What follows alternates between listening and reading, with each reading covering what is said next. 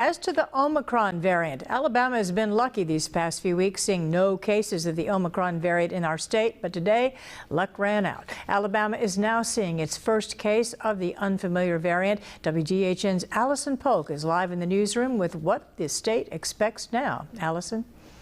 Amanda, health experts agree that it was only a matter of time before the Omicron mutation arrived in Alabama, and it has spread to much of the country and the states bordering Alabama.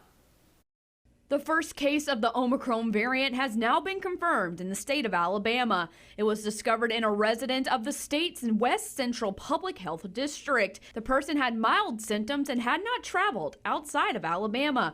Omicron could jumpstart what health professionals predict to be the next surge of COVID-19. The numbers of infections and cases and the percent positivity of the tests and hospitalizations all creeping upward in the last few weeks. And so it's very possible that we might see another spike depending on what happens with this variant. The current data shows Omicron is now more contagious than the highly infectious Delta variant, which claimed thousands of lives in Alabama. The state has the second highest COVID death rate in the nation, and with Omicron's likeliness to spread faster and quicker, Alabama health officials say they are prepared should we see a surge. So people who are recently boosted, or people who've recently gotten their vaccine for the first time, those levels are very high.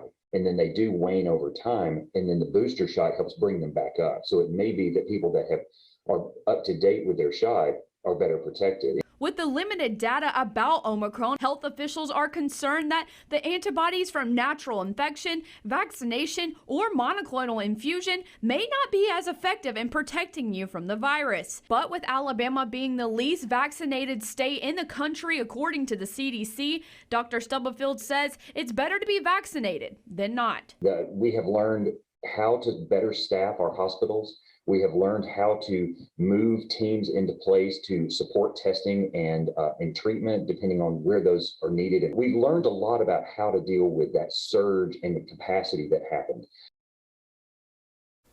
And just a short time ago, the CDC panel recommended that most Americans get the Pfizer or Moderna vaccine instead of the Johnson & Johnson. The panel examined a rare but potentially life-threatening blood clots that are linked to the Johnson & Johnson shot.